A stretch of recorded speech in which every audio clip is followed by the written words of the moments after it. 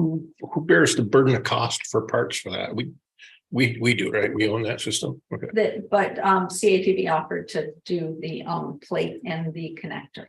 The labor on it. No, that they're gonna do it. They're picking up the cost on it too. Okay. We'll wait for the part to arrive. Thank you. So I have a temporary thing there. Thank you. Whatever it takes to get the thing fixed.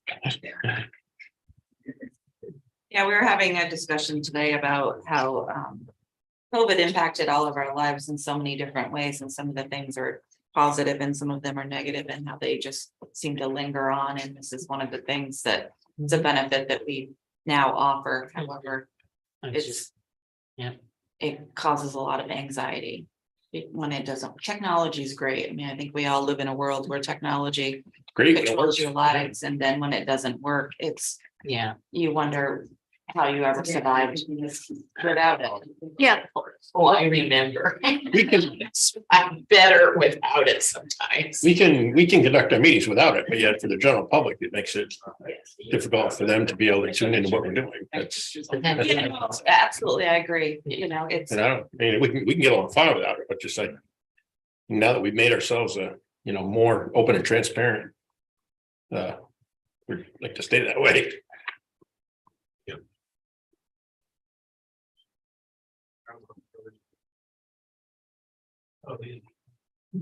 I believe that there are a lot of communities and organizations that have just gone back to in-person meetings because of the difficulty that everybody's having.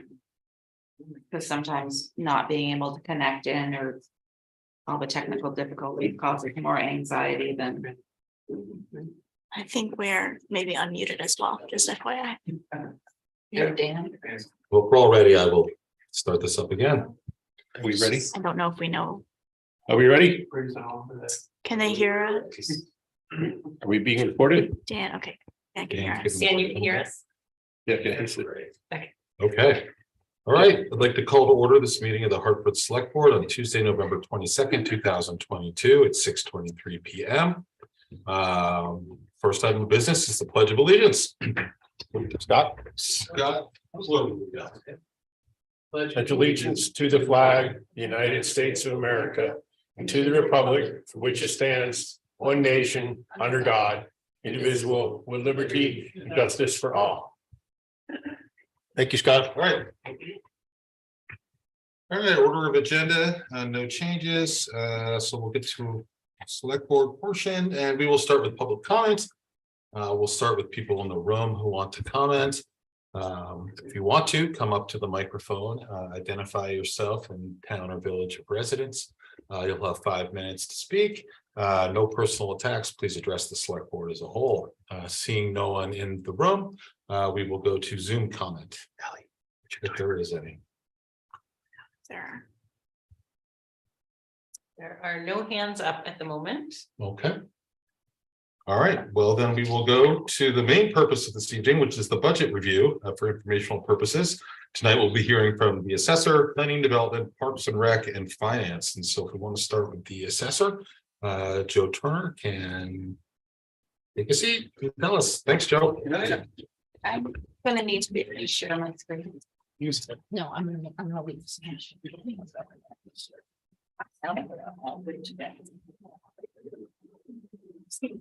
Are you coming here?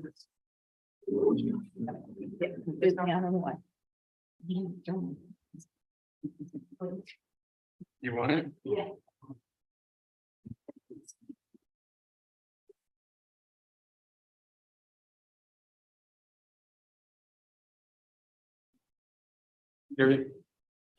What? Oh, yeah. All right, my brother.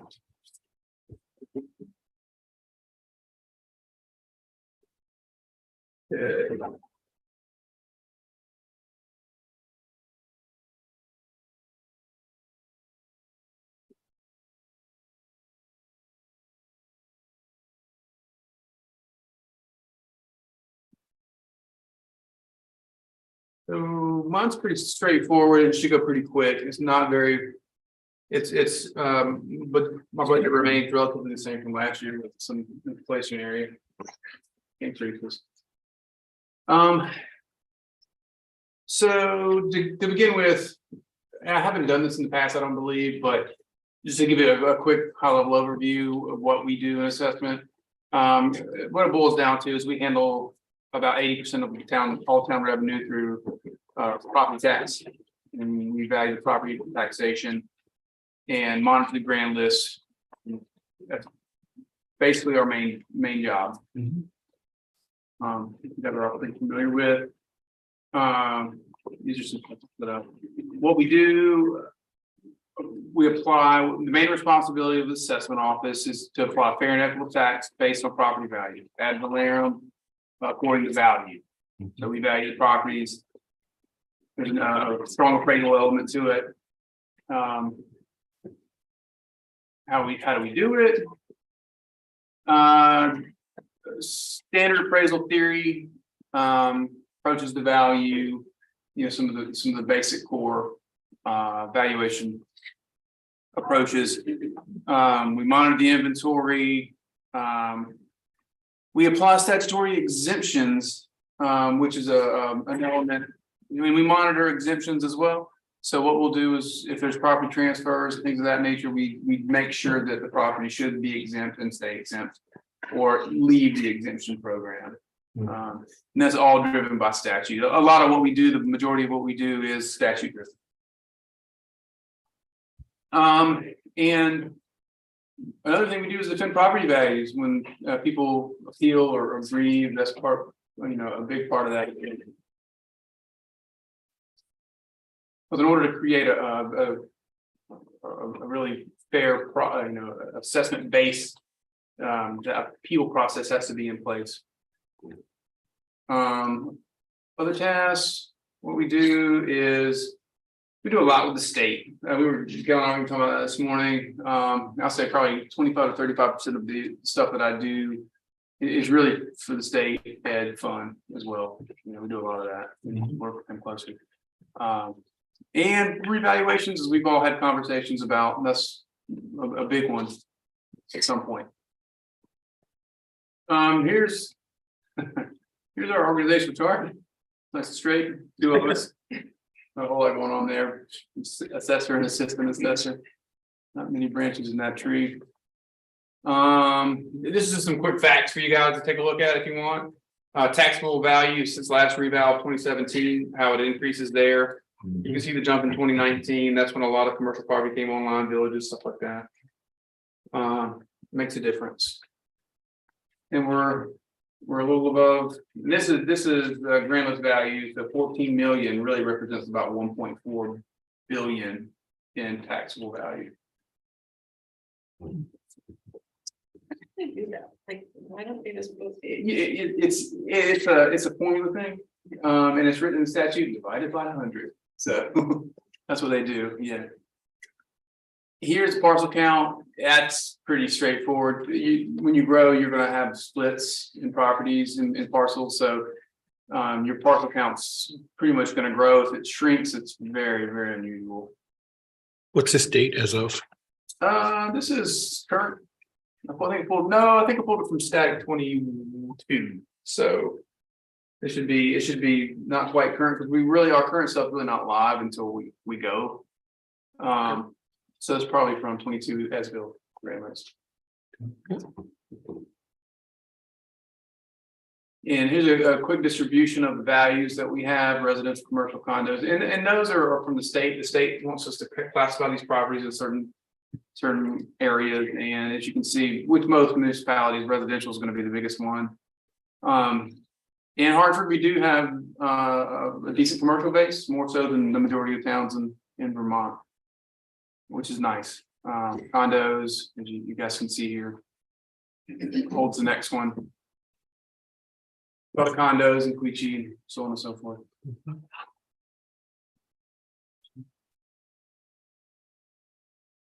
here's the budget changes, kind of the meat of it.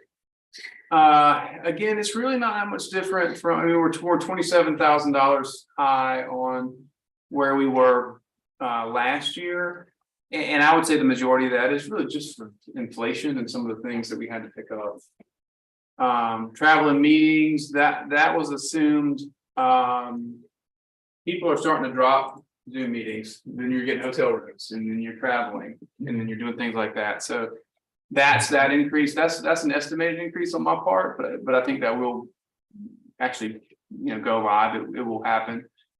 We even had, recently, we've had to go to Montpelier for conferences and stuff like that, when it was held in Zoom last year, so. Brian, can I ask a quick question? Sure.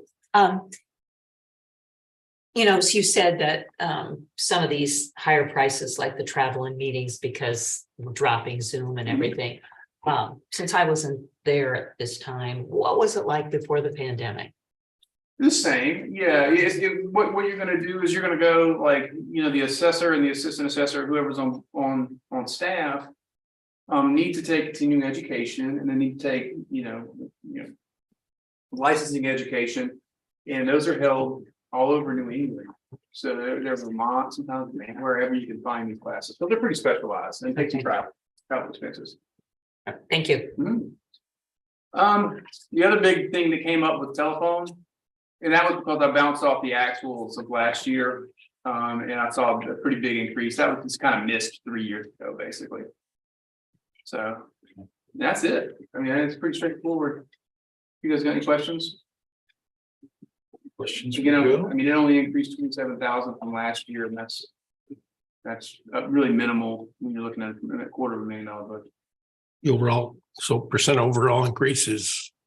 Good question. 1% or so, maybe 2. I'm shooting from the hip here. I didn't calculate that. Like, But it's something like that. I mean, if you're looking at a $250,000 budget, we went up 27,000. Is that 1%? Yeah. Something like that. Pretty close. What add?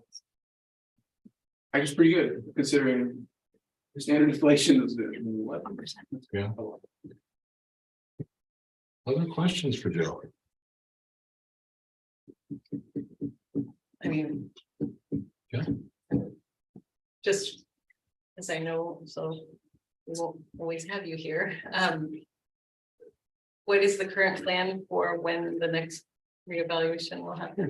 We'll see, 2025, I think is probably on the agenda for that, and we do have a reevaluation budget, which according to my calculations, will cover the majority of that. I would say it would almost cover everything. It's hard to say at this point, but right now we're a little north of 300,000 in our reval budget. Okay. And my estimates were that, and we still have 2 years to collect on state payments, so that would take us to high 300,000, 380,000 or so, and that's about what it would cost to reval. it's 11% calculation on that. What's that? 11%. Was it The 11? total budget is 11% of assessors. 11% difference between last and this year. Yeah. Change of 11%. Oh, okay. It's my Omni calculator. Oh, yeah, I'm bad with percentages. It's okay, well, yeah, it's 27,000 increase on some of that. Yep. And some of that's out of my hands too, some of that's just also health insurance and things of that nature. Right. So, yeah, we got a few years on reval, 2025, and I think we'll have enough in the reval budget if it's monitored and not overspent. Like I've made a point to only take certain things out of that. Grantless maintenance stuff like lawyer fees or, and things that we really need to happen that we're unsure of. So yeah, that the projection on that should cover the majority of reval we need to do it. Awesome. So to recap, there's no outstanding questions for Joe that he needs to come back and follow up with. Dan's shaking his head. I think we're good. Thank you very much, Joe. Awesome, no problem. And you just drop this. There we go. All right, thanks, everybody. Yep, thanks, Joe. All right, next we will discuss planning and development. So we've got Lori here.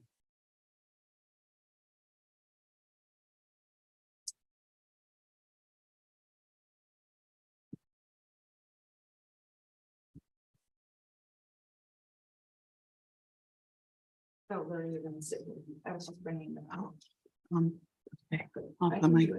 No, yeah, I just don't want to get too close. Don't know what's happening, right? And so I can do that. I can do that with my mask.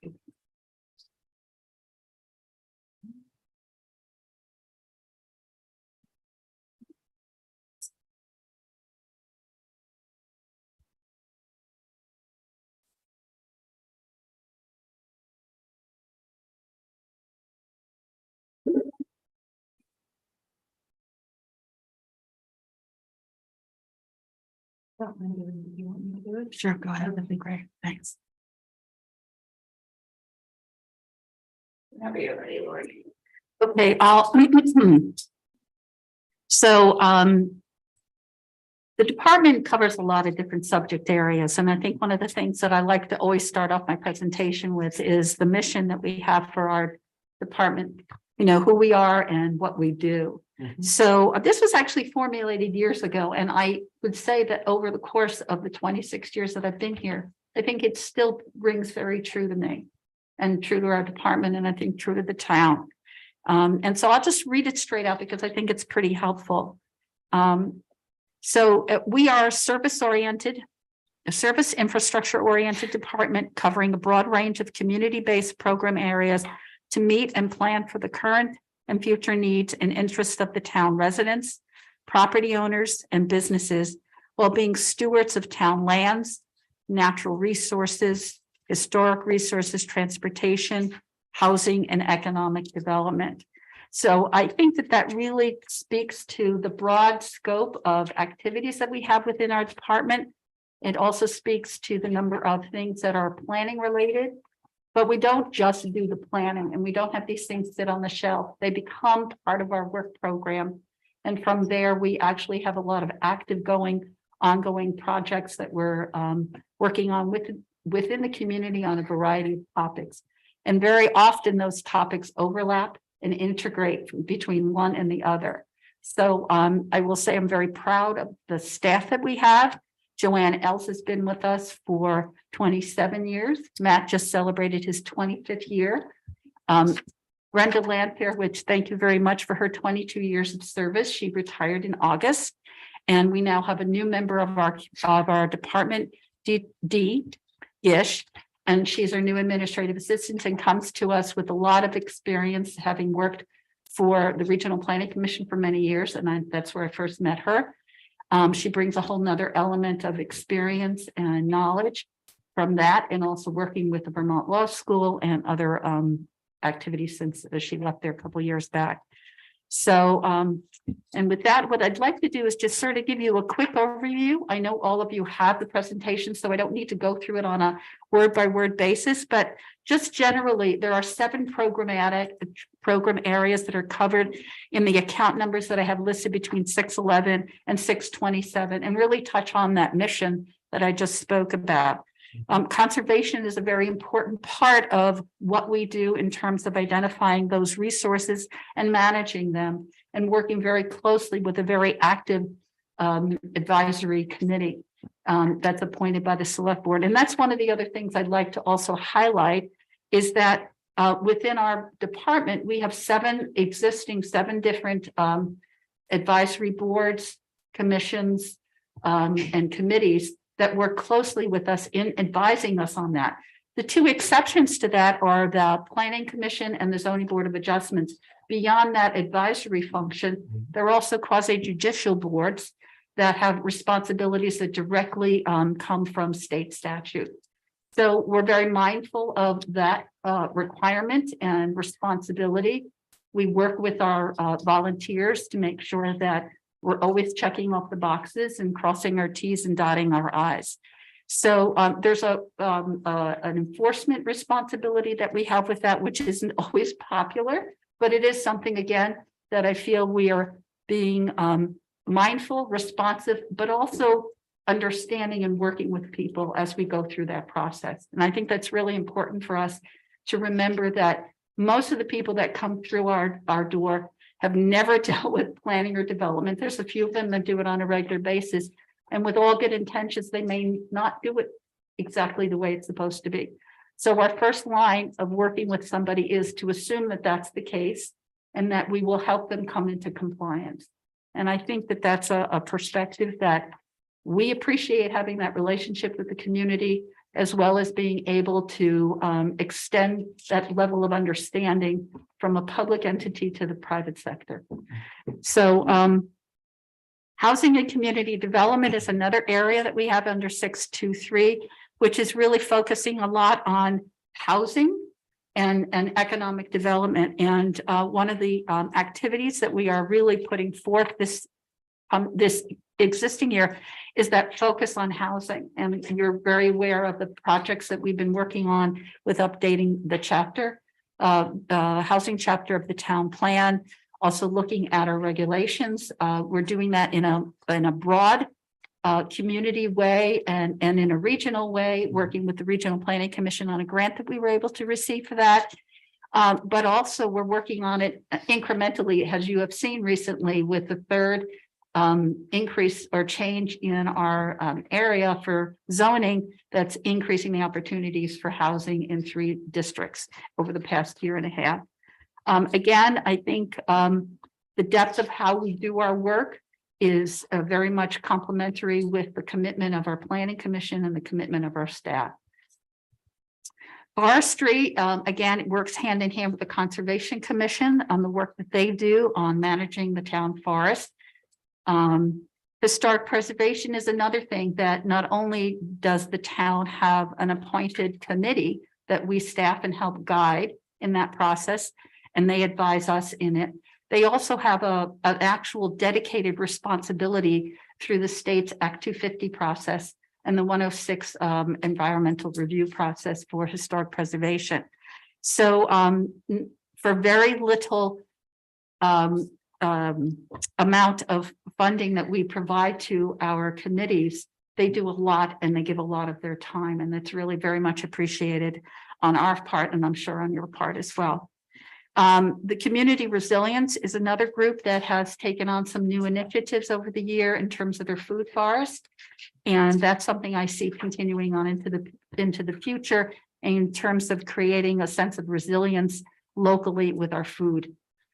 One of the things that we have done over the years is to, when the money is available, is to put $3,000 into the reserve account for the Conservation Commission. That is something that the Conservation Commission is again requesting that be considered for this year. And then another thing that we have is our White River Junction, but this is also, it's called White River Junction, but it's really a town-wide redevelopment fund as well. It started out there, but we've brought it in over the years. And that's to really focus on multi-year activities. We put a little bit of money in there every year. And then when we need that money to implement a project, if it's over 5,000, I may have a little bit left over from a previous year. If we're targeting towards doing a more extensive process and we need a larger amount of money to garner a grant, that's another thing that we do. And then one of the other things I want to point out is that we have some capital improvements that we are anticipating going forward. And I basically have them within 3 categories. And one of the things that I want to note there is that we have some that are active projects happening right now, but because of a variety of reasons for delay, COVID being one of them, but not the only one.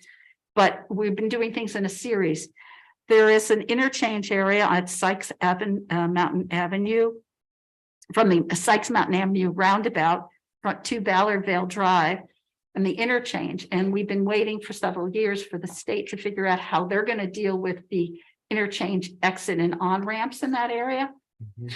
It is coming up that it's going to start to be really, they anticipate within the next 2 to 3 years that they really will have a solution on that. The cost of the project's gone up.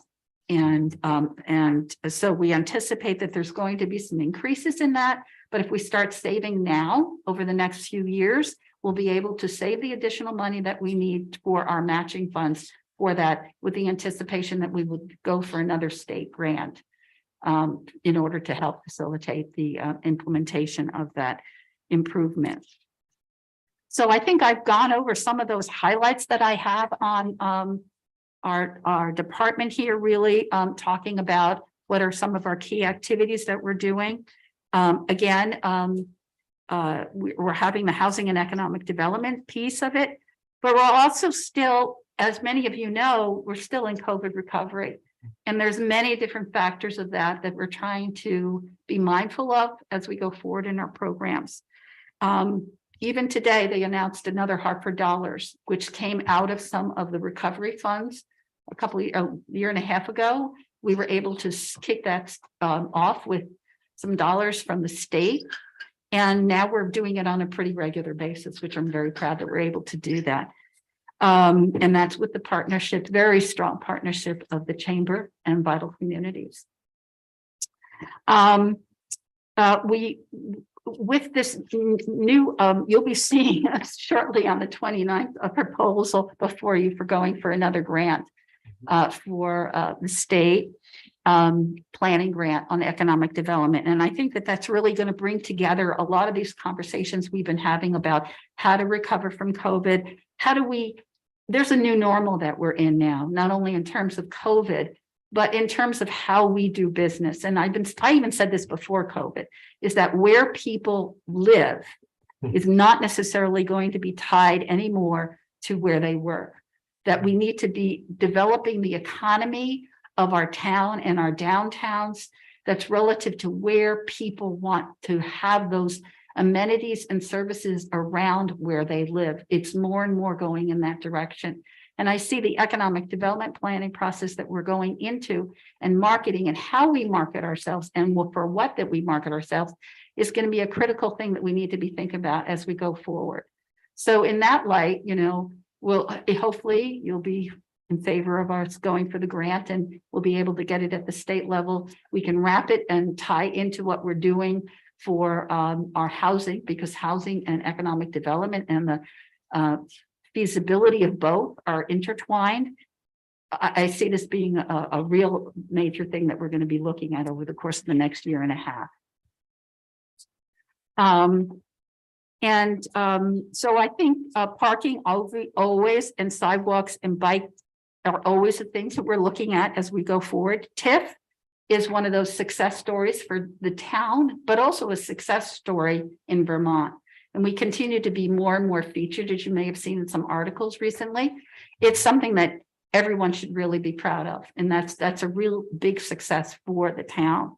And in that light, we are approaching a deadline coming up in terms of our March 2024 time period. I'm actively in conversations with our state representatives to introduce looking at them and asking them about the possibility of introducing some legislation in this legislative session upcoming that will extend that. We lost 18 months in our process that we thought we were gaining back, and then COVID hit. And I would say we've really lost 3 years. We're 3 years behind. But there was a period of time when everything at the state stopped because we were in a state of emergency. That did not occur.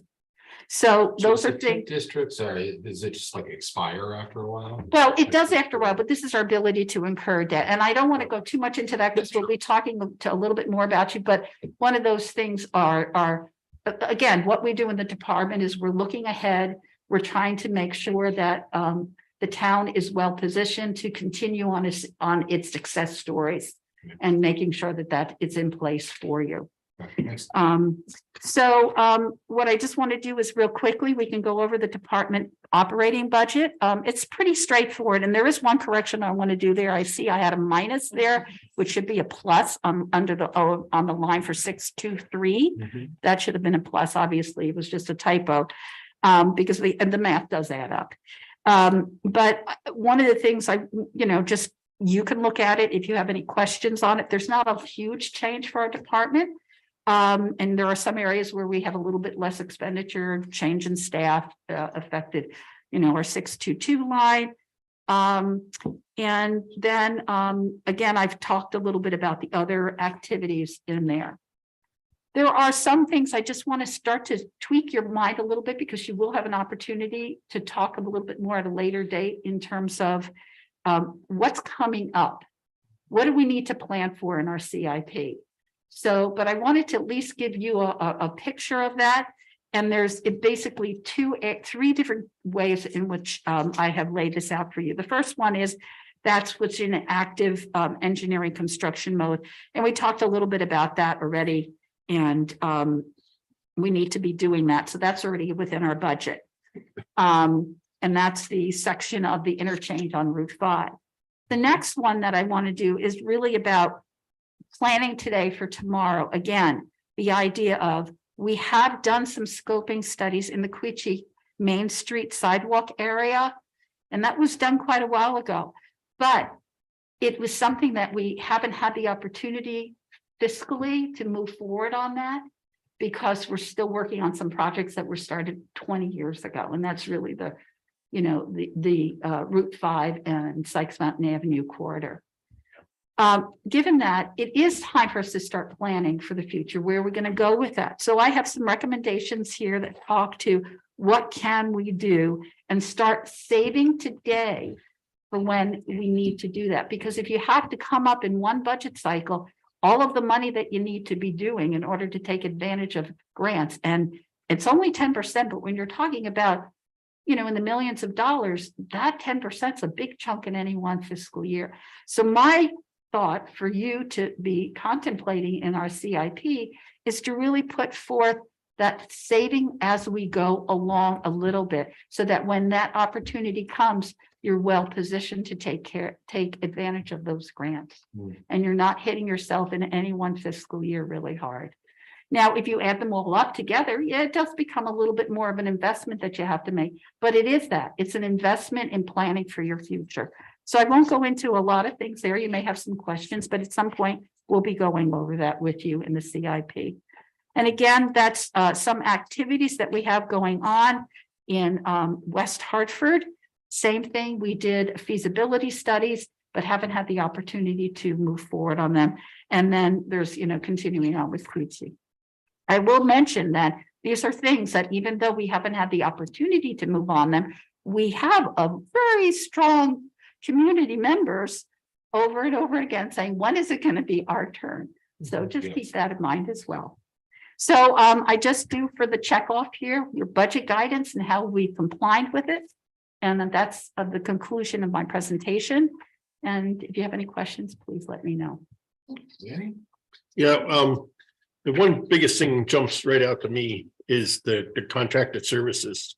3,500 last year, and we're looking at 15,000 this year. Which department are you referring to? 623 for contracted services, 623, 318.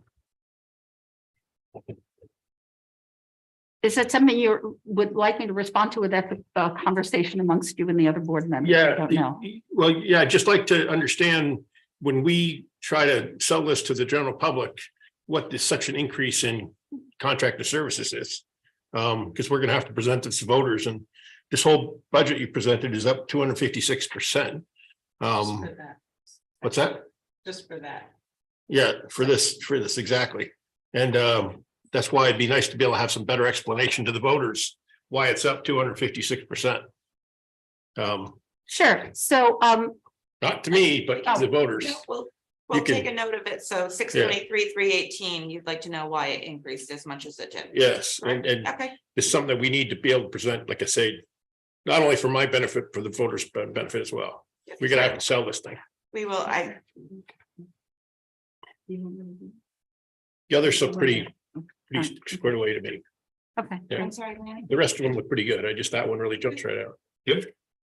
I mean, I can just share also that the response that I got to that question. If you would like to, if you leave that, which was in, I think, an email that got forwarded.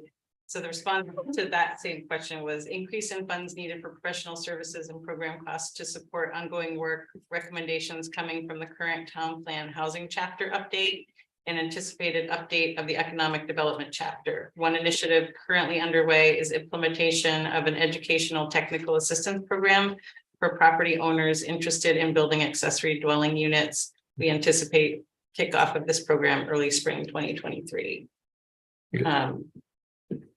I have a couple. Absolutely, go ahead.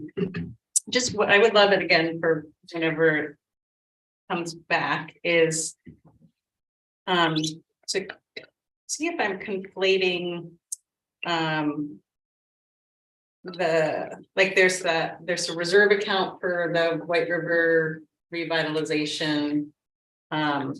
Is that the same thing as the White River town-wide marketing correct funds? And so would that be like part of what was encumbered under marketing and promotion? What number, Kim, are you looking at, please?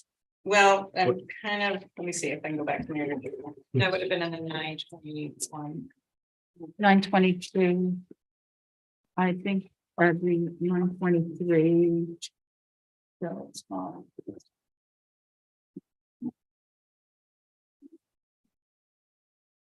It would be at the end of the budget book. It's 10/9/21/544/0627. The White River Junction revitalization, the $5,000 annually deposit. Yeah.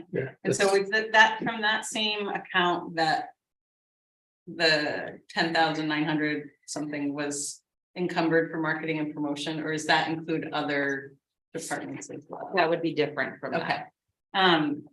Because one thing I would love to know is, like, with funds that are encumbered for marketing and promotion, and with funds that are being requested for comprehensive townwide marketing, promotion and branding project, like, I'd like to know what that is. And I think, like, we've talked about, I mean, we keep kind of kicking back to, we have to get our website basically up to a functional tool before we can do a full, and I get that, but I think it would be interesting to think about.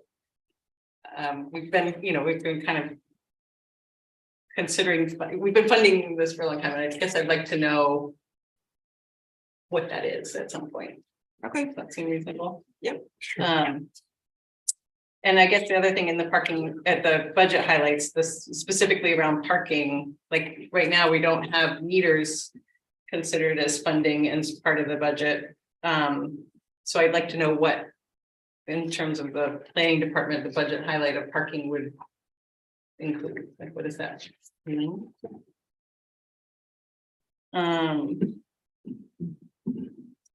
then and I realize we're not having a capital discussion now, but I'm wondering, since, I mean, planning and DPW seem to really collaborate on funding sources for capital projects, like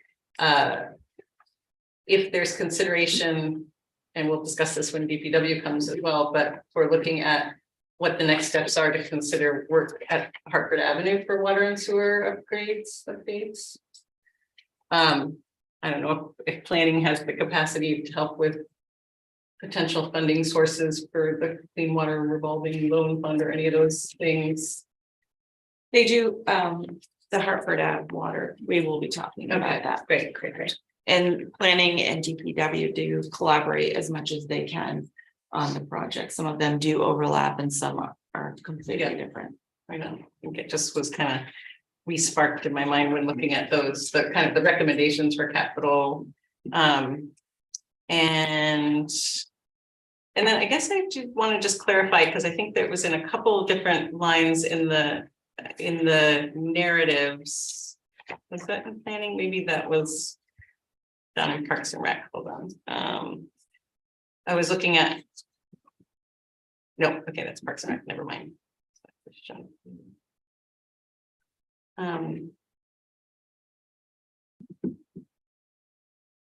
I think that is it for me.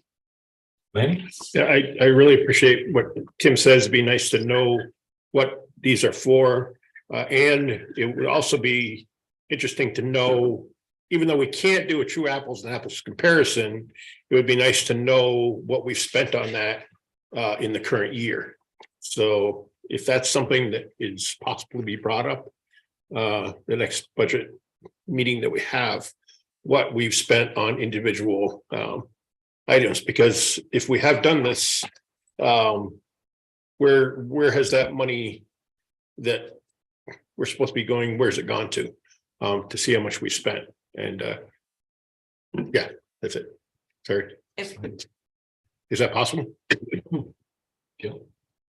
Yes, that is possible. So just to recap, the specific ones that you're speaking of, that you're requesting details on would be the White River Junction revitalization, the reserve account, the marketing and promotion, and then what efforts are being made for parking. Is that correct? Those three items, is that what you're looking for? My main issue is if we are allocating $5,000 every year for something. Where's the money being spent? And yes, if that's all, everything you said is within that budget, it would be nice to have that information, yes. Okay, So I guess the answer to your question is yes. okay.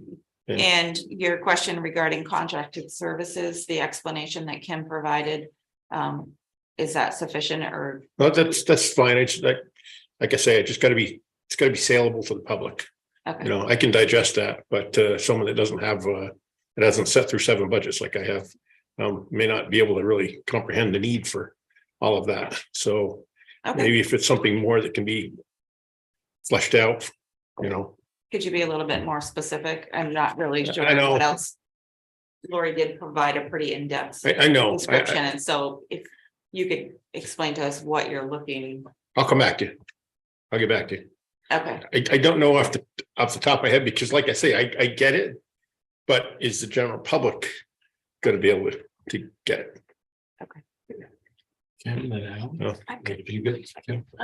I would also just say, like, I'm guessing any of us as looking at these numbers, like, we know that, I mean, I had my old budget books out, so I was also looking at actuals for 2019. I was looking at old town reports, yeah. And, I mean, we know that the 21 and 22 were still pandemic kind of thing, like I think some of the efforts that planning has been more ready to implement, including the town plan chapter updates and the ADU promotion, those kind of things are likely to be ramping up from being a little more dormant in the last couple of years. I don't disagree. Just the average voter looks at an increase and they say, oh my God. It's the first thing that comes out of their mouth. And that's why it's be able to, for lack of a better term, I don't want this to come across as derogatory. They say, like, put it across like a USA Today paper at a 6th grade reading level, you know, so you can get people out there to understand it. That's not meant to be derogatory in any way, but I don't know if there's any other way to explain it. Any other questions or anything, Lynn? No, I'm good. Sorry. Anybody else? Dan. Oh, Dan, you have a question? Or are you good? Nope, you're good. All right, so just to recap before Lori leaves, Kim and Lanny, interested in learning more about the White River Junction Revitalization Reserve, details of use and marketing promotion, details of use, and also specifically parking efforts that are being done in the planning department. Is that inaccurate? So when you say marketing and promotion, like, I wasn't necessarily looking for previous costs, maybe Lenny is, but just any conceptual plans on what that might be spent on. That's what I was looking for. And I was basically looking at how much we spent to go and put in there for the, past few years. Okay. Yeah. Awesome. So thank you very much, Lori. You're welcome. Thank you, Lori. Appreciate it. You're welcome. Thank you. It's not expected to have any answers to things that are going to take research for tonight. That's fully expected. It's going to take time to get back to us. Correct. So I And don't- so yeah. I believe it's December 8th or December 9th is Yeah. you'll receive an answer via email, and then we will when we regroup in January to go over all the changes. Lori, Lori, sorry, there's a hand up here. Do you want to just stick in? Sorry, I didn't look until just now. Can I? Yeah. Heidi, go ahead. Hi, this is Heidi Dutra from White River Junction, Vermont. I have a request, if I may. Can you hear me? Yep, we can hear you. I'm not sure if this is the correct department to make that request, but due to the issues in town, I would like consideration to either add this to fiscal year 24 or utilize ARPA funds for parking lot lighting in the Wilder Park and Ride and the South Main Street parking lot.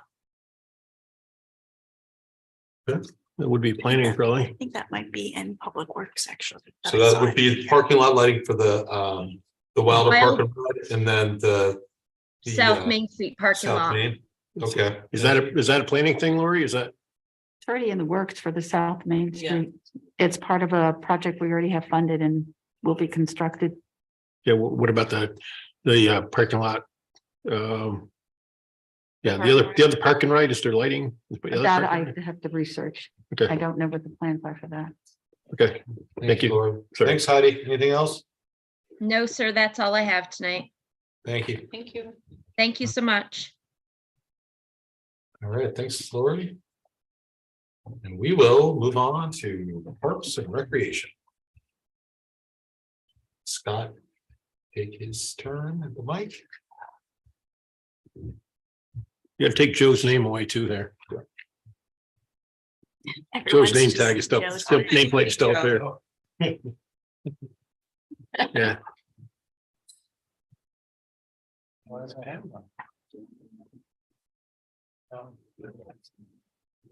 Okay, it's fine.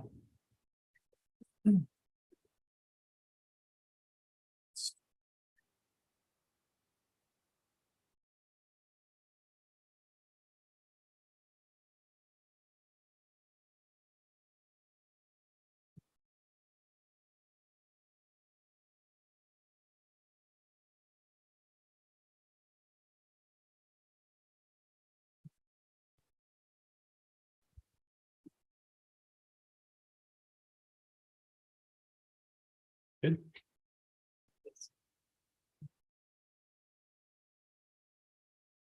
Build full screen.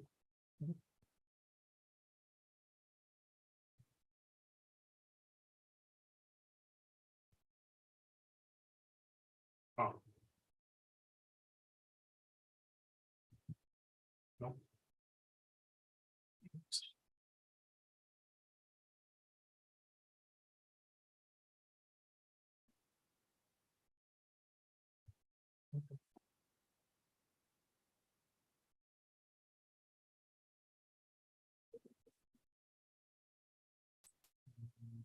It's like it's not showing up.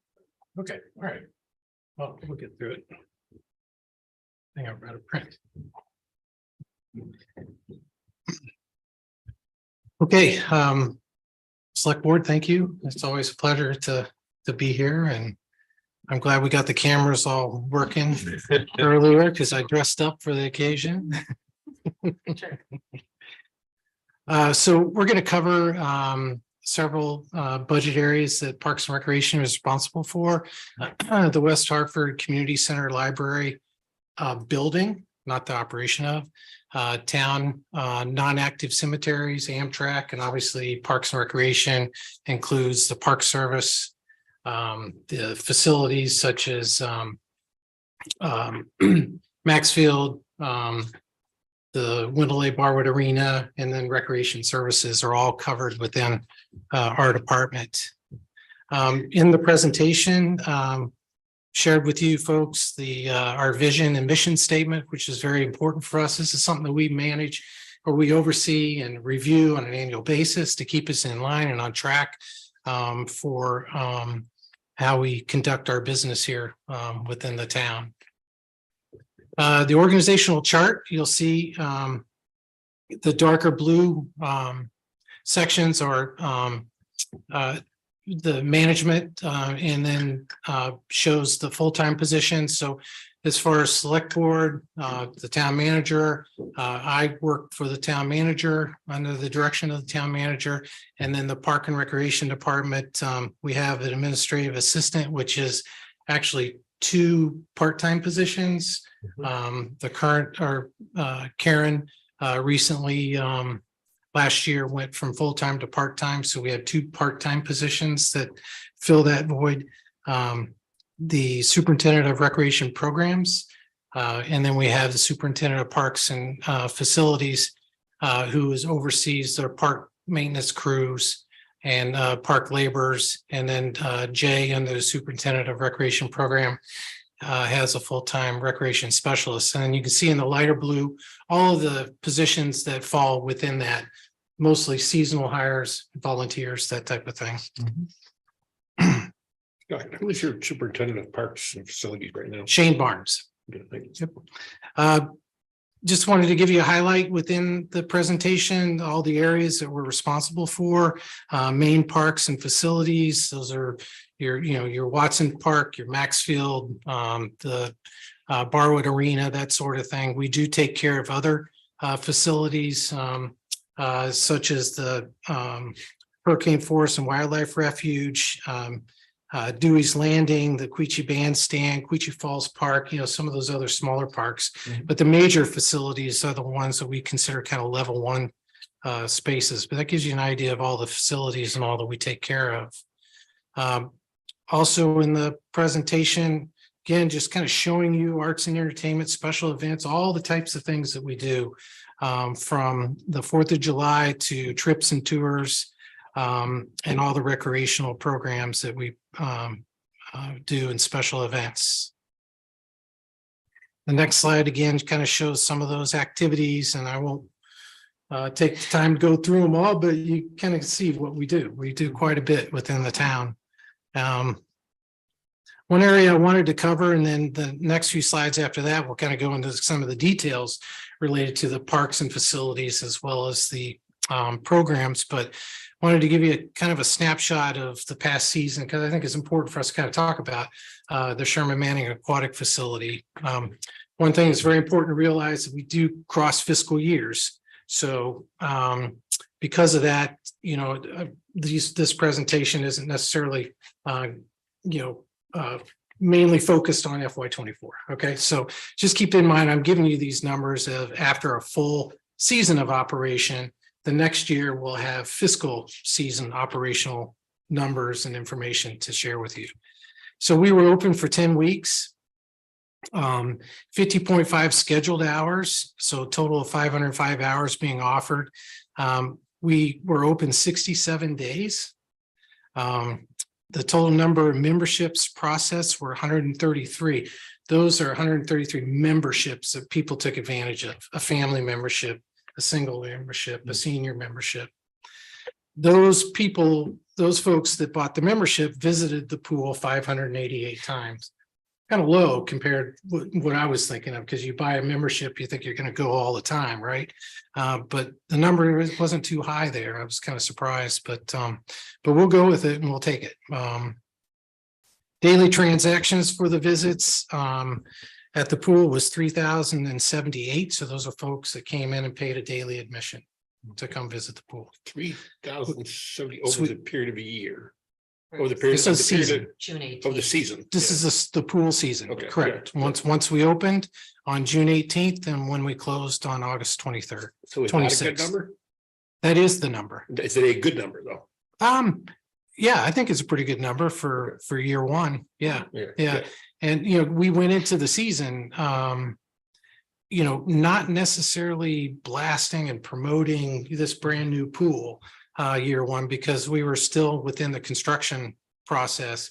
We weren't sure what was going to happen in the spring, whether or not we're going to have a good construction spring season or not. So we didn't really promote like we normally would have. We kind of waited until we knew for sure we were going to open.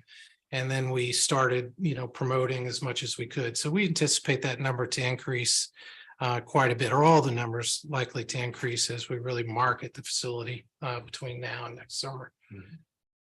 Total visits in daily admission and memberships was the 3,666. We also calculated the number of attendants that our camps and our programs visited the pool, and that was 3,160 times, which gives you the total visits to the pool this summer, 6,826. So we're pretty happy about it, I think.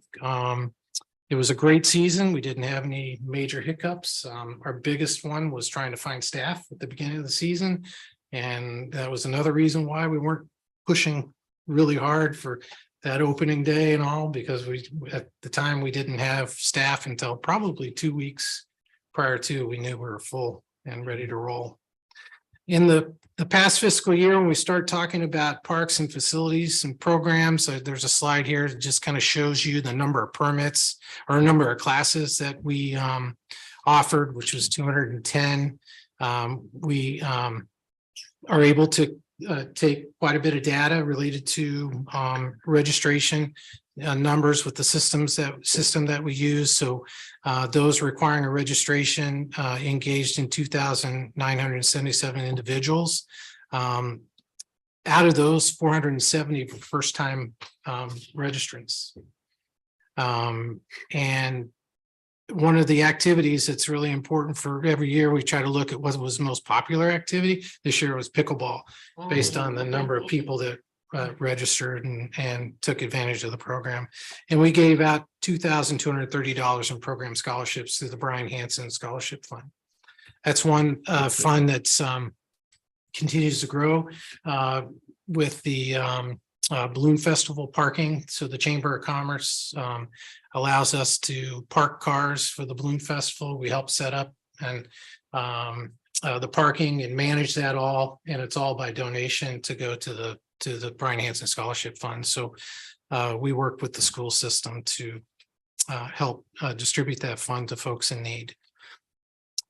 In the parks, 574 total reservations. That's folks, that's program reservations, as well as that's people that actually ask for a permit to use the park. And that equated to 6,778 hours of usage, which is pretty cool. And that engaged on each permit and each application that folks put in to use a facility or park or any program that we identify the number of people participating in the program. That equated to 33,814 participants that were engaged in use of our facilities. And then the one that I always like to share around this time is just the community volunteers. So we track the number of volunteers, number of hours, estimated number of hours that they help us with programs and activities and special events. And we always try to put a dollar amount to that. So we use the national average for volunteer time, and that equated to $194,000 this past year in value that people put in based on programs and activities and uses. Okay, so as far as the budget, we've highlighted a few areas that I just wanted to share with you. And I'm sure there's some questions as we roll into some of the expenses and changes, but this budget, the reserve transfer, it includes a WABA reserve transfer of $35,000, our reserve transfer in parks of $30,000. We started a reserve or requesting for a reserve for Park and Recreation Playground program, which is going to help us start putting funds away to update our 20 and 25 plus year old playground equipment in our park system. So we need to start building those reserves so we're not coming to you and spiking our budget requests when we're looking for a piece of equipment that's going to cost $80,000 for one park type of thing. So we want to try to be able to build that up over time so we can start replacing some of the programs that are in need, or playgrounds that are in need. It's important for us to start a reserve for the pool. This year we're putting in or requesting a $10,000 transfer into the pool reserve. You might think, well, why are we saving money for a brand new facility that we just, constructed? It's important for us to start something. We got to get going with that. So in 5 years, 10 years, 15 years, as things start failing or improvements are necessary, we've got some funding that we can go towards. So we're not again looking at our requests over time and having large spikes to manage and take care of things. The budget has some reductions. The lease programs, all the leases expenses that used to be in the operating expense have been moved. So I wanted to highlight that. The pool, again, those cross fiscal years, but the pool budget of $136,000, I'm pretty happy about where we've been able to kind of settle. It's going to take us probably 3 years of operation, I think, before it really settles into something that we know is going to be an annual thing. Program line item, that is, we'll have an increase. You'll see that in the budget. But I think it's important also to recognize that a lot of our program expenses are covered by revenues. So adult programs, youth programs, all the camps, that type of thing. We do the best we can to cover as much of the expense as possible. And historically, we can recover 80 to 90% of those funds. So it's kind of how we function and operate. The 521 parks budget is reduced by a few dollars there, $4,631. We're utilizing some encumbered funds for some purchases of some small equipment. So there was some reduction there. Also in contracted services, there's a reduction, and that is in the 527 budget. Maxfield. You might recall when we hired our additional labor person, one of the things that we were able to do is reduce some of the contracted services based on the fact that we didn't have to hire some additional folks to do some of the work. Again, the equipment lease is a reduction in the budget or in the operating budget itself. And then we did see some substantial expense increases in the WABA budget. One primarily is the electrical expenses have gone up quite a bit in the operation of that facility. Yeah, I just want to speak about the electrical piece. I did meet with Dana Clausen today. He's the environmental sustainability coordinator, and he will be coming on one of the agendas very soon to speak about the solar and how it's benefiting the town. Because I know that there's been a lot of, since I've been employed here, there's been a lot of questions on how does the town, how do the residents benefit with the solar? And when I say benefit the residents, how is it impacting their taxes?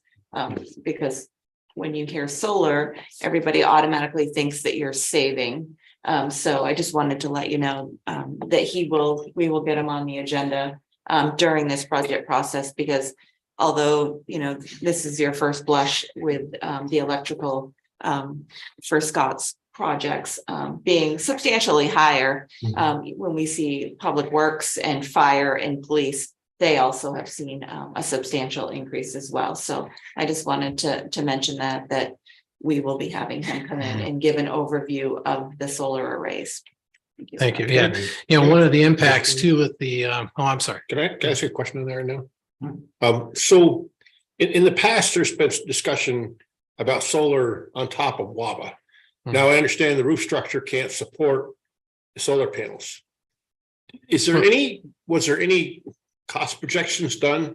What the cost would be to upgrade the roof to support the solar panels, if it'd be a cost benefit analysis done? So I can't answer that question, but I know that there was some discussion and reasonings done years ago, so we can look back and try to figure that out. Yeah, it would be just interesting to know if because of an increase in electrical cost, if it would actually pay us to put money towards increasing that structure. I think that when Dana comes, you'll definitely have a better understanding of it. I was quite shocked with the discussion that I had with him, and I have a better understanding of exactly how solar works, and I'll just leave it at that. Okay. But I definitely think that you'll have a better understanding of the savings that we may or may not be receiving by having it. But on top of the WABA roof, you mean, or in general, using solar. Okay. And I'm bringing that up because if we would like, Scott can take a look and what would the cost to be to change the roof there. If the offset would be, if I understood your question correctly, is if we upgraded the roof there to support solar, would there be enough cost benefit to offset it? Right. Over a period of years, they say solar is good for 20 years. Would there be enough cost benefit over a 20-year period to make it worthwhile for us to do that. So I'm gonna, right, so what I'm gonna do is I'm gonna table that question for right now until Okay. Dana comes and gives his presentation, and then after you hear his presentation, if that's still a question that you would like for Scott to pursue, then Okay. I'll ask him to put his efforts into that, but for right now, I. At one time, solar was looked at though, and they gave you the requirements, correct? Did So- the solar company give the requirements? of what was So, needed? that was probably, I was pretty green working for the town at that point in time. So I do know during the construction, the renovation of WABA, there was some discussion. And I think what I understand, and I'm not going to get into detail because I don't Yeah. want to say something that's totally wrong, but the structure was needed to have some improvements done to it. The plan was to put solar panels on the roof structure, but the cost to do so was not in the budget for the folks that were working with the town on the solar Right. project. Yeah, I remember that, but I just like. It can happen, Yeah. as my understanding is, but there's a cost associated to it. Now that it's a year-round facility, Yeah. it might be worthwhile to look back. I defer to that. That would be very interesting. I'm looking forward to having that conversation. So, thank you. Very eye-opening. Yeah, sure it is. One thing about the electrical costs, especially with WABA, just to keep in mind, the environment does have an impact on the electric utility usage. So, when it's warmer weather, the refrigeration system during the winter months, or the operation of the rink itself as an ice rink, costs do increase. So if it's warmer when we do startup, it's just hammering those units a lot more. We enjoy having cold weather during. Does our electric Zamboni really have a huge impact on draw? I mean. No, I mean, there's certainly an impact, but as far as what do you look at as far as the environment? You're polluting the air, or are we using a little more electricity from the solar arrays to Just because I'm an engineering junkie, can you possibly get back to me with how many, what the draw is on that for What I'll traffic? do is I'll send you I can send everybody the actual Zamboni specifications, which has some information related to battery usage, the estimated cost to Yeah. charge a battery and that kind Appreciate of it. stuff. Thank you. I don't want to get too ducked into it. Thank you, Scott. Yeah, it's more detailed for me than, No, That I can just- explain. I'm into that kind of stuff. okay, good. Yep. So the FY 24 operating budget, and I apologize, by the numbers, it's got FY 23 listed there. It should say FY 24. I've changed it on mine, but it didn't make the packet, so I'm sorry. It says FY 23 at the top. So we have the FY 24 line and column, FY 23, and then we show the difference in there. You'll see the pluses and minuses on the right side. One thing I do want to point out, and this kind of just basically identifies at the bottom line, when you look at the total taxes to be raised, or you look at the total expenses for FY 24, we're looking at $1.58 million versus FY 24 was FY 23 was 1.4.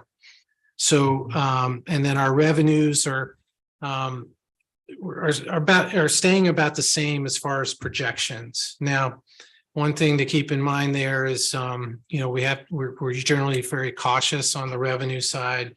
We generally meet it or exceed it when we work on the revenues, but it's just important for us not to go too crazy on it and then upset the cart at the end of the year. But that's something that might come to a concern because the expenses are up on FY 24. Most of the expense, if you look at the youth programs, and again, that's a $42,000 increase. That again includes a lot of recreational programming, some new after-school programming and all, but then again, that's a revenue generator. So also in park maintenance, an increase of $38,000 over the previous year. WABA, the same thing. That's another one that really kind of shows an increase. But overall, we're looking at about when you look at total expenses, it's about $86,000 increase. One thing that and then less the revenues, then you're looking at about $97,000 more than the previous year. The column on the right at the bottom, the 166,695 might confuse a little bit. I apologize that that's there. It's more there for me than it is for the presentation. But that is,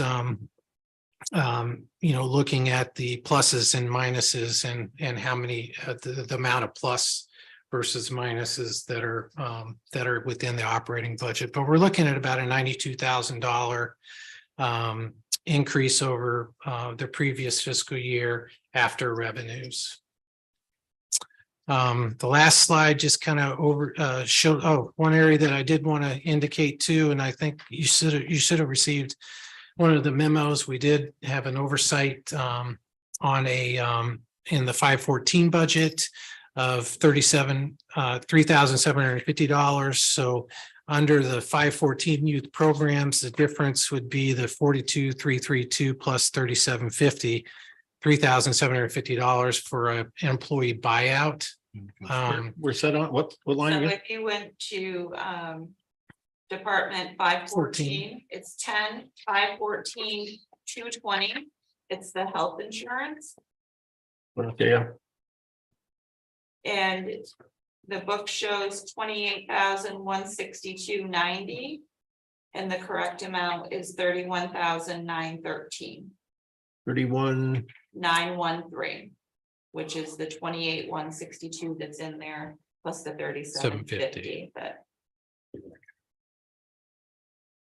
So when we look at the last slide, which kind of gives you a bigger snapshot of the net cost of Parks and Recreation for the town. When you add the 3,750 that we didn't calculate originally, it'd be 1,073,288.50. So we're looking at, it's still close to the 7% of the overall proposed budget of the town. So 1 million, can we say again, 1 million what?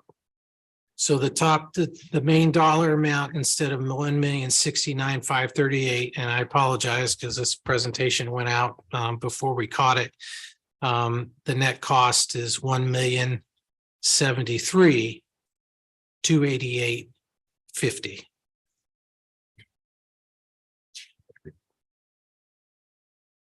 So a little discrepancy in the bottom section. But it's still around a 7% of the proposed $15 million cost to the taxpayers. So I'm sure there's some questions, and I know there were a few questions that I submitted some responses to, but I'm certainly here to help answer anything that I can, and if I can't, we'll certainly get back to you. Good. Oh, wait, Dan, you want to start with Dan? Yep. Go ahead, Dan.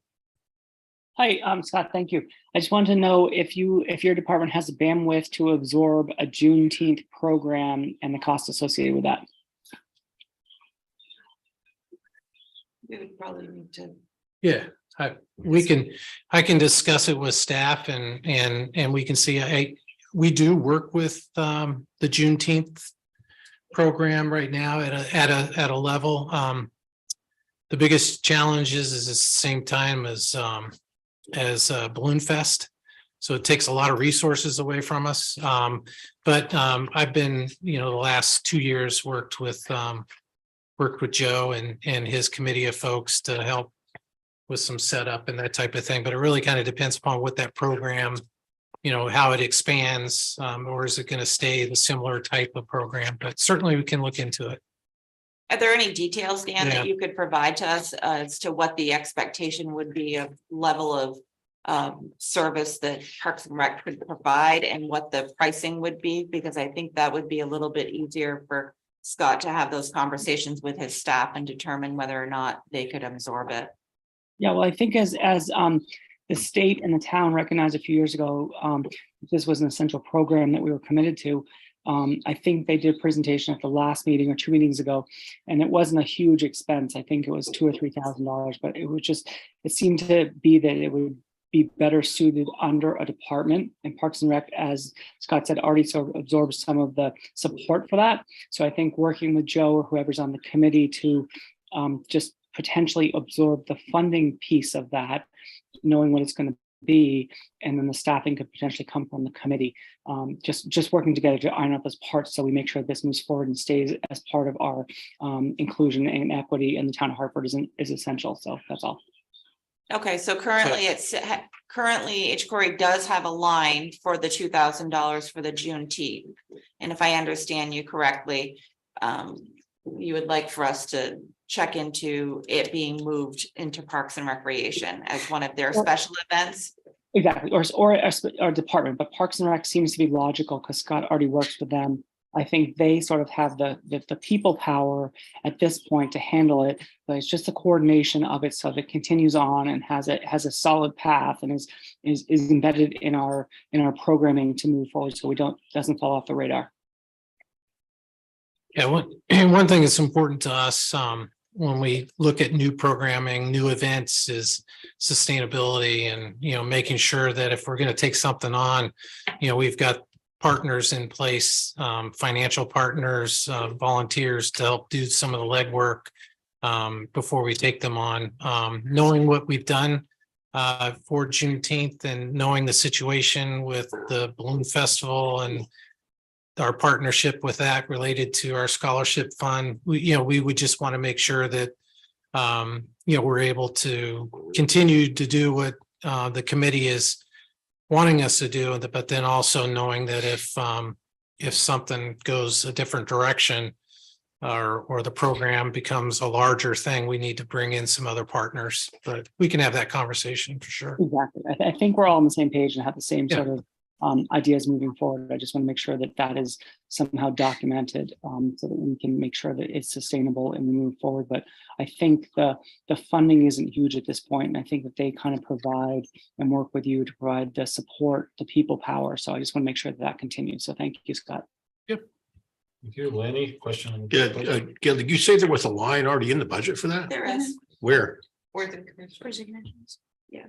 What? In H. Corey. Under what Do you have number? the page right there, Ally? I can look it up otherwise. I can It would be find. right at the beginning. I think it's 10-115. It's right after the select board. Yeah, so that'll be on page 2. 115, 101. 108, H. Corey. Yeah, and 2000 is in there. Yeah. Each. Page 2. Okay, gotcha. There, okay. So that was put in, when was that put in there? Just recently. That was a request by H. Corey. Okay, It was done at the time when each board member who is a liaison to your committees and boards was asked to reach out to your committees and boards and ask if they had a request for the 24 budget. And at that point in time, H. Corey came forward and asked for $2,000 for Juneteenth. so what was this latest request that they came with for Juneteenth? Same one. They were just making it more reminder. Okay, I don't. Good. As I stated, I am in support of Juneteenth.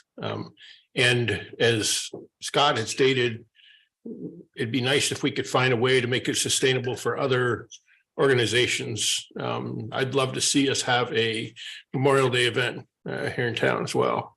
Get some of that back here that we haven't had for quite some time. So the only comment I would have is to yes, and make sure we have sustainability for other programs or other desires that may be out there for things. So thank you, Scott. Kim? First of all, just want to once again commend your department for managing so much and providing such great services for so many people in the town of Hartford. I am a little embarrassed, but I tried to look up and figure out, can you tell me what is the WHCCNL? West Hartford Community Center Library. Okay. I kept trying to Yeah. somewhere in here it's gonna tell me Yeah. what that. That's That makes fine. perfect Yep. sense. I knew it would make sense. I just couldn't Yeah. figure out. Okay, West Yeah. Hartford Community Center and Library. And because I don't think I got any direct response from my Parks and Rec question. So can I just flip through those? Except for the insurance one, the insurance ones, No, we responded. we did. I sent it to everybody. I responded to you and then I emailed it to everybody else. Well, I think that might be one I missed, so. But I have the answers right here too as well. Well, then maybe I won't take our time now and I'll find that. And when was it sent? Let's see if I can find it now. Memo was on the 15th, but. Okay. Have them separated by department. Maybe one was asking if there was a consideration to wanting to bump up the recruitment Right. expense.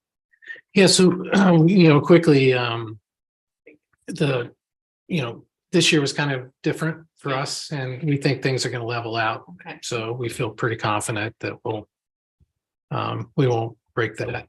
So, and it all depends too. So every year there's, some folks that we think are going to come back for seasonal positions, that type of thing. But we did have some new hires, new screenings, that type of thing, which kind of increased that this past fiscal year. So, November 18th at 12:08. Like, I have a question. Go ahead and then I'll. Oh, sorry. Go ahead. Under Amtrak, what is it we actually do for Amtrak? so we're the caretaker For the building? Caretakers for Amtrak. They call them caretakers. So it's kind of a long story, but it's funded by Amtrak. We're responsible for making sure that there's a caretaker on site when Amtrak arrives and departs. Okay. And Amtrak pays the town, but there's a long history there related to the town saying that they would take on that responsibility and making sure that there's a caretaker on site. Plus, the Welcome Center used to be a facility that the town also ran with a grant from the state. That no longer exists, but the Amtrak service does. So we have folks that work there part-time. And then one more question about parks. In terms of Veterans Park, there's a group or there's an organization of which I'm a member, and we are interested in helping to improve that park. But how does someone approach you looking for materials to revitalize the park and volunteer labor to do that? Is that something that is acceptable to do, or does that have to be? We do that all. I mean, that's our service. Okay, so you just come.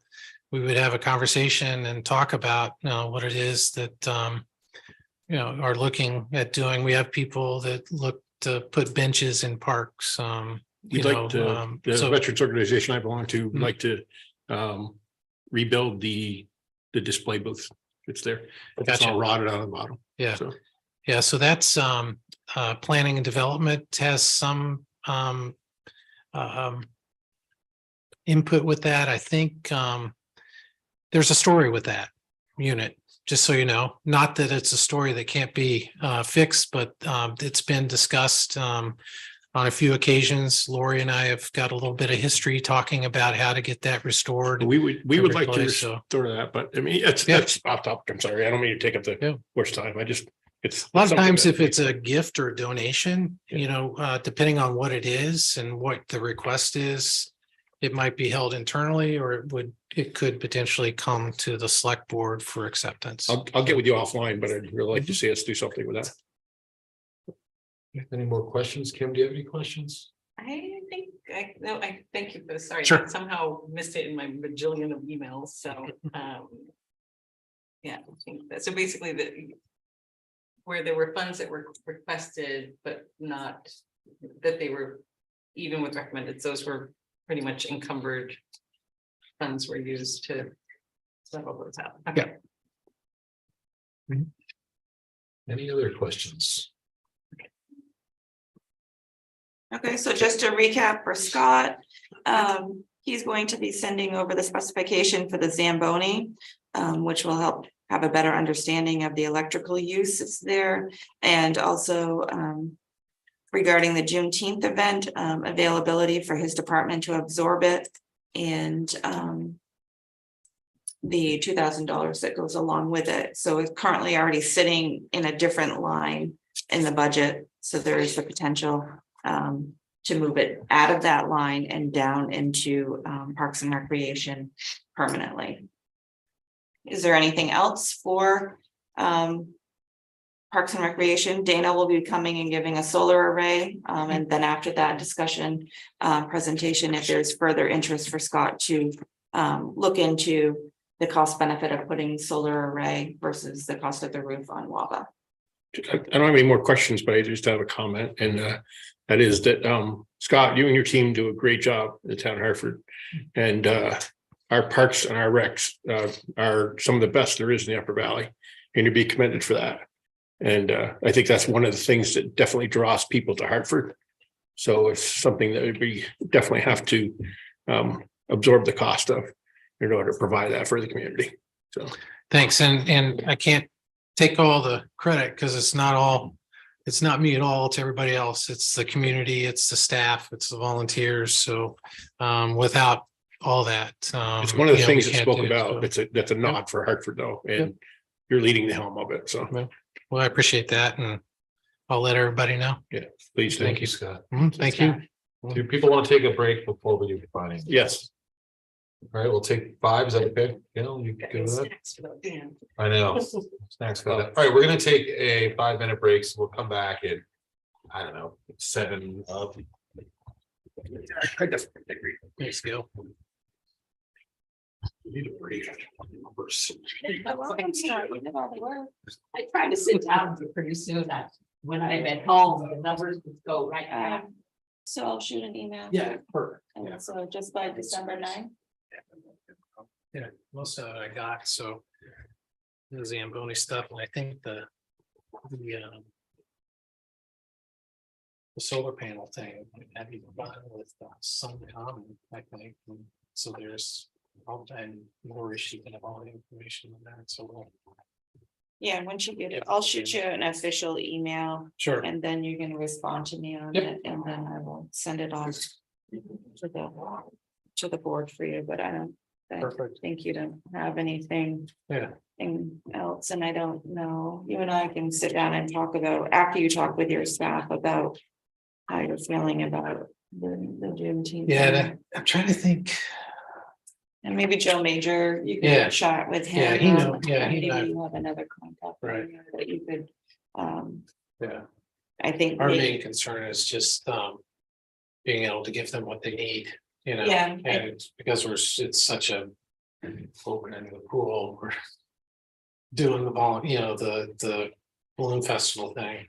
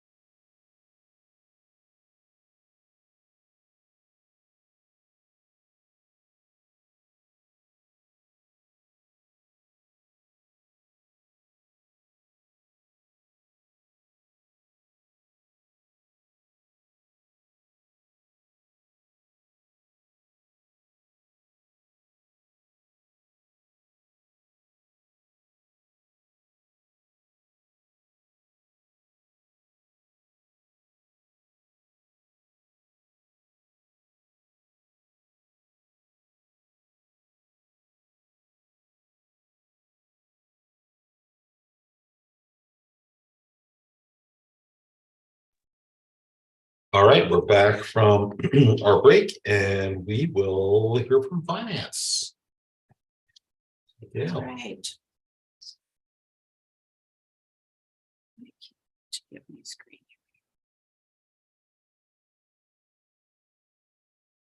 And 5.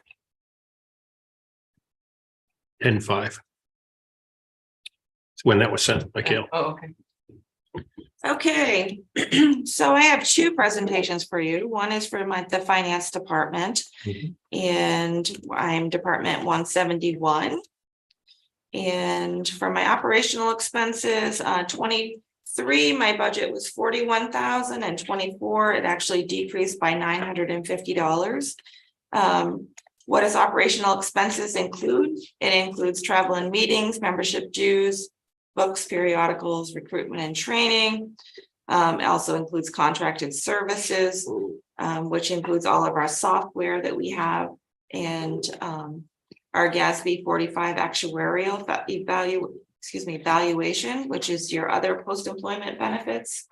The treasurer's expense, and then just regular overall equipment, postage, materials and supplies, and telephone and office equipment. The biggest part of my budget, 92% of the budget is for salaries and benefits. And that includes the current employees, which is myself, 3 employees, as well as retirees, the expenses that are go along with those. So my budget in 23 for salaries and benefits was $437,996. In 24, it's $476,745 for an overall increase of $38,749. I think that you've heard from other departments, and the biggest part of my change is the health insurance and retirement, which are all items that are completely out of my control. For adding 1 employee, that's a pretty, I think that's really good. Real good for adding 1 employee. So overall, my budget is 470. It was 478,996 in 23 and 24. The overall is 516,795. So the total increase is 37,799, and that includes all of the operational expenses and your salaries and benefits. That's an excellent number. Do we have questions for Gail? Certainly not. Okay. I have just one in general, which doesn't relate directly to finance or to anyone, but and I know we are getting that compensation report that's coming in, like, Analysis. January or something. I was just curious at like seeing if we were on par with the VLC to a compensation report. And I shared it with anyone, and one thing that I found that was difficult to look at comparisons is because our departments, there's salaries that are grouped together. And I know we talked back and forth. I didn't have a strong opinion about that, but I guess I am wondering if there is some format that would be appropriate for us to see, maybe even if it's just in a confidential email or something, to see the individual salaries, just so, because my sense from skimming through the VLCT report is, I was thinking that we were like far behind in our salaries. And we may be still with like New Hampshire and neighboring and regional, you know, and that'll, I think, show probably more with our specific Hartford report. But is there a way in which, like, we could see confidentially? It's public record, so it's a public record. Salaries are public record. You know, I guess it's not, I don't have a strong feeling, and I think you have enough to do, but I realized, like, I paid for this report thinking it was going to be very revealing, and ultimately I felt like I couldn't even use it because I couldn't really compare. I can speak with the HR director about it, and I do understand what you're saying, Lanny, that everything is public record. One of the things that, you know, I caution everybody about is the staff work for the town manager. Yeah. And going into the personnel part of it is kind of more on a day-to-day operation. I will speak with the HR director. I believe that, once we get the compensation study, I think those can be bigger discussions, regarding it. I do know that we had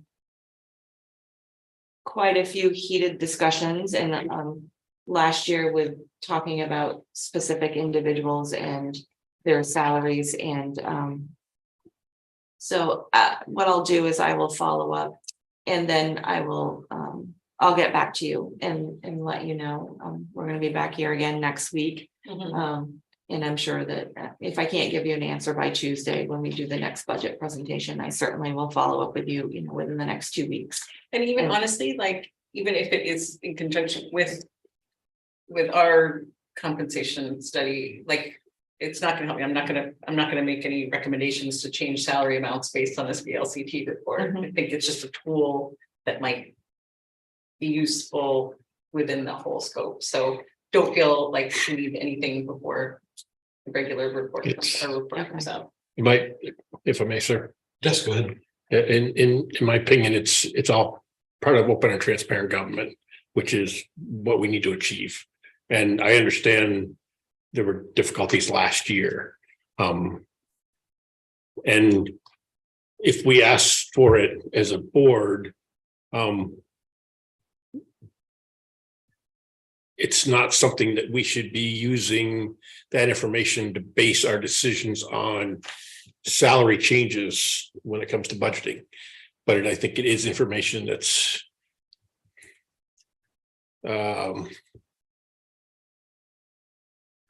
good for us as a board to use for tracking purposes and also to make sure that we have fair and equitable arrangement with our employees in the town of Hartford. So, but it's not information that I would use, nor would I believe any other board member would use to make those decisions on a salary line as they're presented with a budget. That would be the argument that I would use for the disclosure of that. Thank you, Manny. Okay. Any Jill? questions on 171 to the finance department before I move on? I will say that I met your new employee the other day and she seems very nice.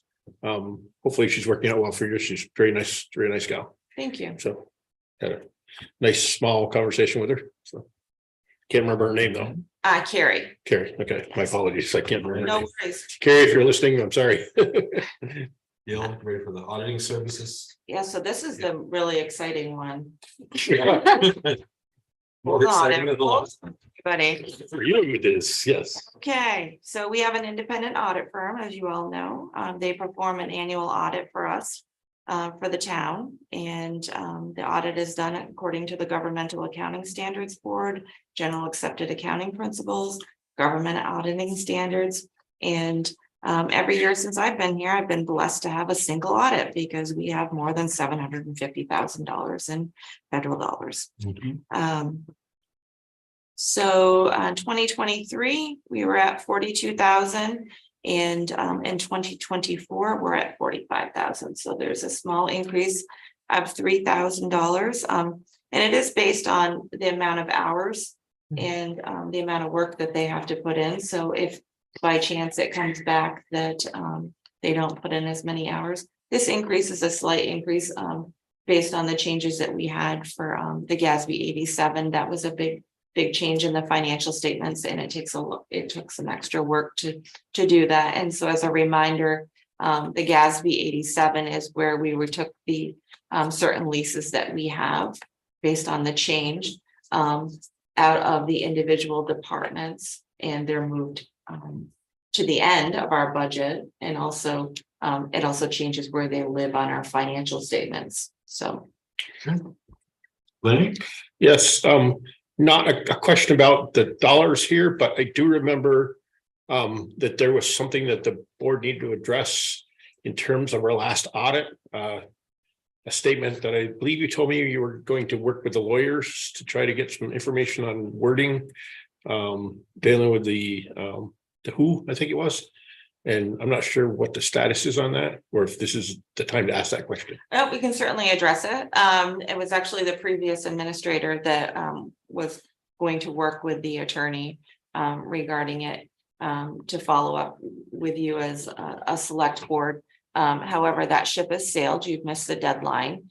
So the finding will be in there again this year. And the auditors will be here next Tuesday. I think that would be another great opportunity for you as a board to, if you feel that the finding should not be there, it's a great opportunity for you to have communication with them. The discussion that you have with them next week is not going to change what is in the audit. However, it will set the stage of what you may be able to do to have that finding removed next fiscal year when the audit is complete. They do have copies of all of the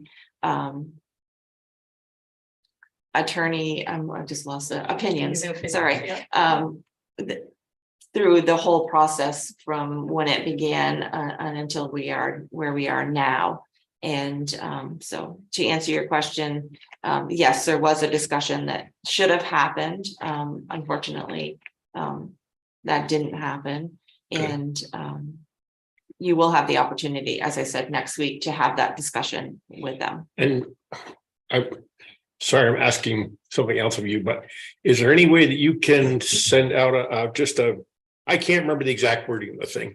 So is there any way that you can send out what it was referencing exactly? The board packet that's going out tomorrow, it will have the draft audit in there, and it's on the last 2 pages of the audit. Okay, thank you. I remember a little bit of the details, but I can't remember all of it. Sure, it's the same exact, or if you want to look at it tonight, you can go online, go to the town website, and it has last year's audit on there, and you can pull it up. And again, it's the same exact finding. It's the last 2 pages of the audit. And in your opinion, as the acting town manager, how much of a issue is it for us to address? I'm not comfortable answering that question. Okay. All right, that's fine. That's fair. Thank you. I just had a quick question, just because I'm interested. Does the auditor who comes, is the same person every year?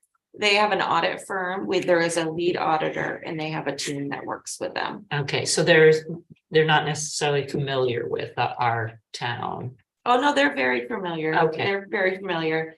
And part of the auditing process is they watch you. They watch every single board meeting, and they read every board minute. And that goes along with if you are saying that you made a motion to do something and we don't have the supporting documentation to go along with it, that's when I'm here saying,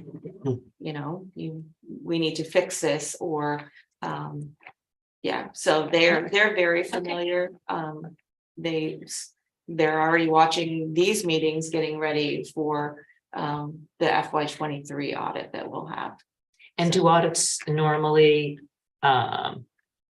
come this late after the end of the fiscal year? This is actually. Is it early? Well, we normally have it today. We would be having it today, but we're a week behind. No, that's something that I take a lot of pride in. Sure. One of the goals that I had when I started working here for the town was to make sure that the audit was done prior to Thanksgiving. Okay. There are a lot of communities that are still working on their 21 audit. So it's not really, I guess probably you being new, it probably does feel like it's a little bit later. Right. But it's actually way ahead of schedule. Okay, no, that's great. That's great. Yeah. Thank you. It's important to get it when you're doing the budgeting process. Very, Yeah. very important. I didn't mean to put you on the spot. No worries at all. Yeah. Well, thank you, Gail. All right, we have no consent agenda, but we do have an executive session, so I'll take a motion. Oh, you're not done? Oh. Okay, keep going. Sorry. So I don't have any questions for me other than I'll speak with the HR director about salaries and then releasing that information and about the compensation study. I do have documents for you to take with you into executive session. But before you do go to executive session, I just wanted to touch base on a couple calendar changes for the budget and the charter and abundance sign. Just want to make sure that those don't get lost. Yeah, great. Do you want me to take the lead on that, or would you like to? Why don't we see if I've got this correct? So, Okay. so we're gonna have a meeting on December 6th. And that's gonna focus for the most part, if not only on the charter. So what I would ask is, we've all got a copy of the draft charter, review that. Come up with any questions that you have, I know Lanny, you've got some special insight because you were on the charter committee. Any questions that you have, and we'll come in and we'll sort of go through the whole thing and see where we stand. So that would be the 6th. The 15th of December would be our budget meeting for the Department of Public Works. So that's going to be a big one. January 3rd would be our meeting with Abundant Sun, with the possibility of maybe a short meeting afterwards, like if we were with them from 6 to 8 or 6 to 7:30 or something, we may do a little bit after. That's going to depend. So we don't know substantively what would be on it yet. And then I think January 5th at the special budget meeting, Gail. Correct. And that would, what would we be doing in that one? We're going to be doing the town manager. Yep.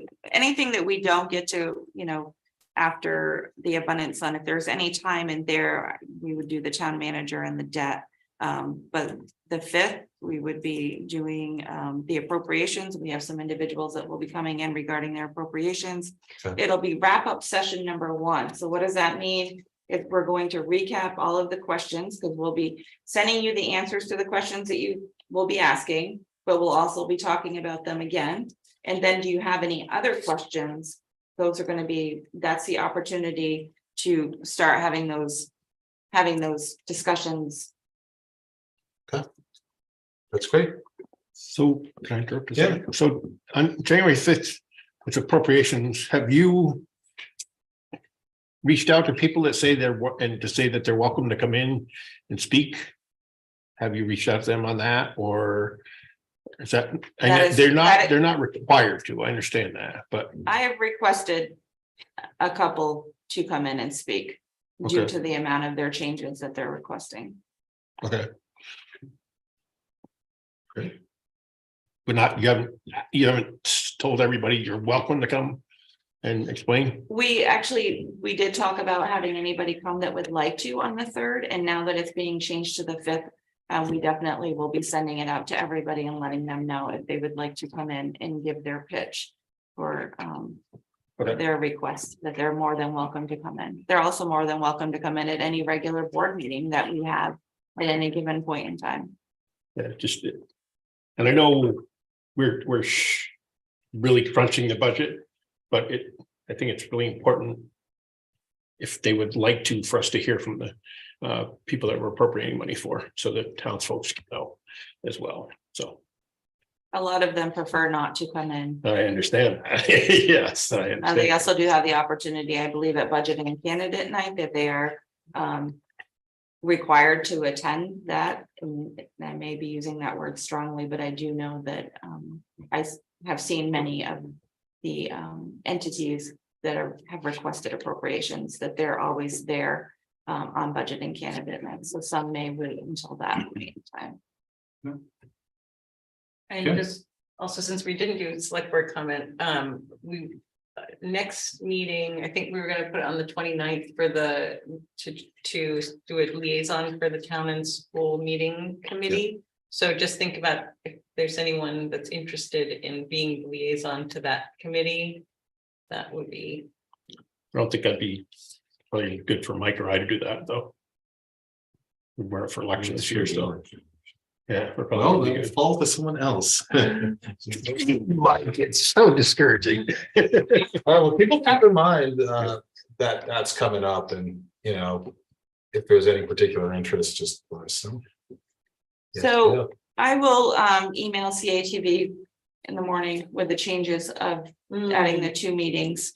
And also, would you like me to stay until you come out of executive session?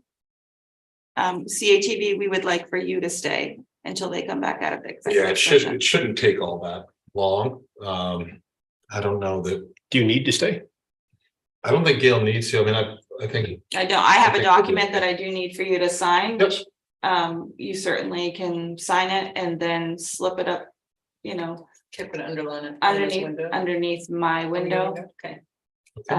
Would be certainly fine, but I can stay if you want me to. If not, I don't think folks that need to, I think we've got this one with those Are you, documents. are you going home or are you staying down here? oh, I'm staying. Okay, so, yeah, so it's not a big deal either way, that's, okay. Yeah, Okay. Yeah, I just gotta say, if you're going home, definitely, but. no, I'm here. And I think that's all that I have. I appreciate everybody following the budget schedule. You know, like I said, I think that as long as all of you can ask the questions in advance, I believe that we can have really fluid conversations, make them efficient and make it meaningful the time that we're here. I will say that reading the budget books, I think they're very, very well done, first off. They supply some good information, but I get a great deal of the presentations. And the presentations come after the time that you want the questions. So Well, not necessarily. You had all of the presentations in advance and I just sent the town clerk one because it came in a little bit later, but the ones for police and fire are done. You'll be getting them very Yeah. soon, and then public works. So one for the town clerk came and the date's already passed as far as the questions. So that's, no, it's nice to have them have the presentations before the questions. no, and I appreciate that, but that it's actually something that was never ever done in the past. You've never gotten your presentations in Oh, I understand. advance. So that was something that I was trying to do ahead of time. And in defense for Lisa, she was a little bit busy with the election. Oh, I'm And- not faulting Lisa at all, Yeah. or you, but I'm just saying it's, you know, it's tough when you're asking us to ask questions beforehand, and the presentations bring up a lot of things that have concerns and questions about. Yeah, and I appreciate that, but you'll be getting police and fire very shortly. Theirs are done. I just need to review the police one, and then public works is done. They'll be so Yeah, I get a great deal more out of presentations than I do out of the budget. So looking through the budget, it's just easier to look at the presentation and the budget at the same time. So well, the next ones are due. I'll send you a reminder when I send you the police and fire ones. Yeah. I'll remind you of when your questions are due, but I can't. Well, thank you very much, Gail. We all appreciate the good work you've done on this, and we look forward to the budget process going forward. All right, so no consent agenda. I'll take a motion for executive session. Mr. Chairman, Yes. make a motion that in accordance with Vermont's open meeting law, 1 VSA 313, I move the select board enter into executive session to discuss confidential attorney-client communications of which premature general public knowledge would clearly place the public body or person involved at a substantial disadvantage in the appointment or employment or evaluation of a public officer or employee. I'll second. We got a second from Ally. All right, all those in favor say aye. Aye. Opposed? And Dan said aye. Need anything signed for its So what's going requires all on? their signatures? Session. I do. I'll bring Just- this over okay, and just then I will excuse myself. So. CATV, you'll leave the recording on or whatever, leave the. When we come out.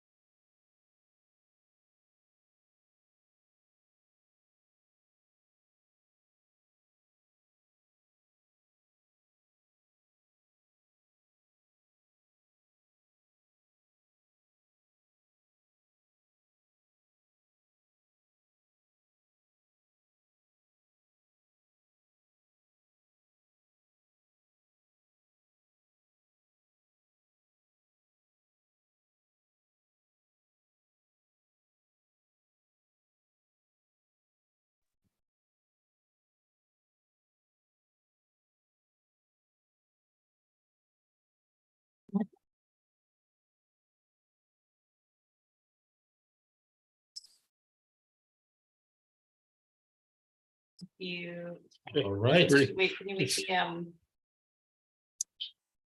panelist and then a co-host?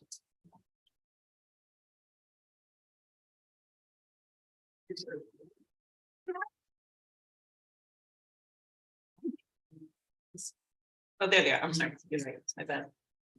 All right. Okay. Mr. Chairman, I make a motion, we come out of executive session. I second the motion. Seconds. Wait, Right. All those in favor say aye. Aye. Okay, so that is unanimous, well, 6 with 1 absence. All right, so we're back from executive session. We did take formal action in executive session. So we are going to vote on that action. I'll take a motion. Mr. Chair, I move to ratify that the Hartford Select Board voted November 1st, 2022 to offer Gail Ostrout the position of acting town manager and Paula Nolte the position of assistant acting town manager, contingent on an agreement of conditions. The board further agreed on November 3rd, 2022 to accept these conditions. 1, the agreement will continue until a permanent town manager is named or the board or the acting town manager, assistant acting town manager decides to end the agreement. 2 weeks notice by either party is requested. 2, the board and the acting town manager, assistant acting town manager will review the arrangement in 4 weeks to determine if all parties wish to continue with the agreement. 3, the acting town manager, assistant acting town manager will both have the signatory authority necessary to perform their work. 4, no termination decisions will be made by the acting town manager without consulting with the town attorney. 5, no significant new projects will be undertaken by the select board that will increase the day-to-day management of town operations by the acting town manager, assistant acting town manager. 6, the police chief search will include a select board interview round prior to acting town manager making a hiring decision. We have a second. I second the motion. Any seconds? All right. All those in favor? Discussion. Yep. Discussion. Yes. Yes, I'm going to vote no on this. My understanding of the charter is that it does not give us the power to hire an acting assistant town manager. So I'm going to vote no on that. Thank you. All right. All those in favor say aye. Aye. Opposed? Nay. Okay, so 5 to 1 to 1. I will take a motion to adjourn. Mr. Chairman, I vote we go for adjournment. Okay, do I have a second? I'll second that motion. All right. All those in favor say aye. Aye. All right. Thank you, everyone.